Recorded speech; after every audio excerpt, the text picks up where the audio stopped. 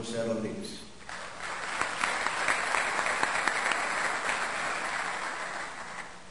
Good afternoon. I'm not a New Yorker. I don't speak slowly. I speak with an accent sometimes. And as the moderator said, my name is Jose Rodriguez. I'm the director of the National Clandestine Service, the Espionage Service of the United States of America. I have been in this position for 2, going on 3 years. And as director of the Clandestine Service, I run the service and I run our overseas operations. Mike Delaney, Congressman Reyes' chief of staff at the HIPSI, tells me that I am the highest ranking minority in the intelligence community. I have been at CIA for 30 years. I am a career intelligence officer. Until a few weeks ago, I was undercover. But I requested that my cover be rolled back so I could speak at this conference and at similar conferences about the importance of diversity in intelligence operations. And I believe it's very important because minority officers are underrepresented in the intelligence community. In my service, only 14% of the workforce are minority officers, and we are working very hard to turn this around. You know, in today's world, it's very easy to say that you are for diversity. It sounds good, it's politically correct, it reflects a message of inclusiveness and openness. But for the intelligence community, diversity is critical to the success of the mission. Simply put, we need people of diverse ethnic backgrounds with diverse languages and cultural backgrounds to support human collection operations around the world. We recognize that nothing is more important to the intelligence profession than cultivating different perspectives on the foreign threats and the challenges facing our nation. By hiring men and women with broad range of ethnic and cultural backgrounds, language expertise, and educational experiences, we effectively minimize the likelihood of groupthink. For us, diversity is a mission-critical objective. We at CIA equate diversity of the workforce with diversity of thought. And we value diversity in all its forms. In its most inclusive sense, to mean, among other things, race, ethnicity, area familiarization, language, culture, education, and life experience. In my case, my Hispanic ethnicity, my native language, my native Spanish language, my cultural background, my area familiarization not only benefited the mission, but also propelled my career.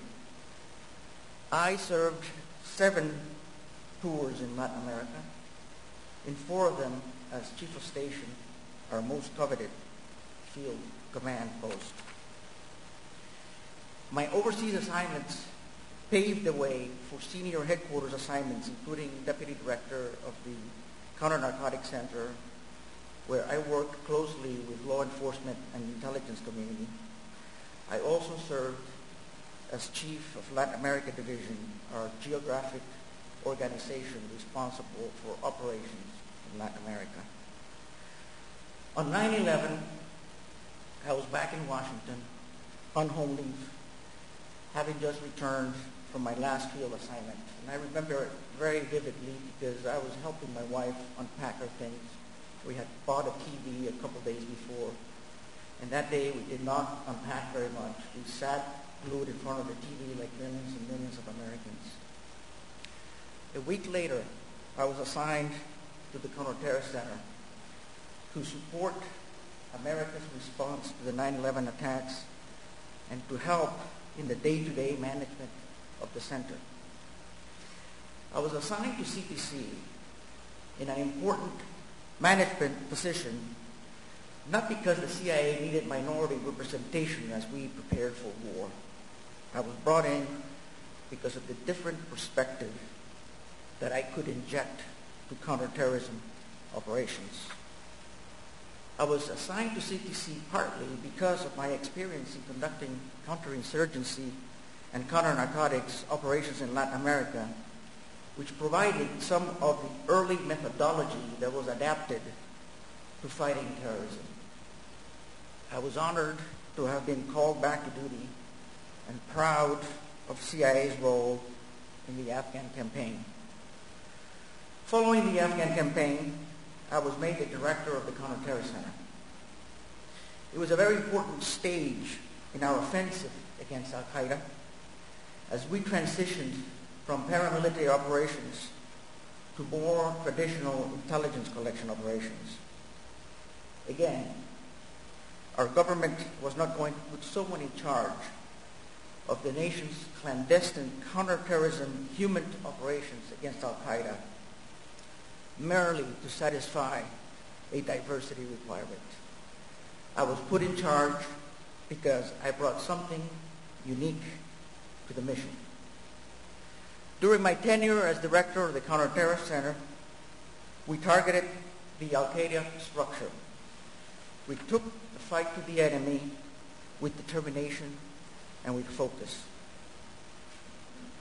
When I took over the National Clandestine Service in November of 2004, I did not realize that my experience, my background, my ethnicity, my diversity would be so important in allowing me to successfully lead the service.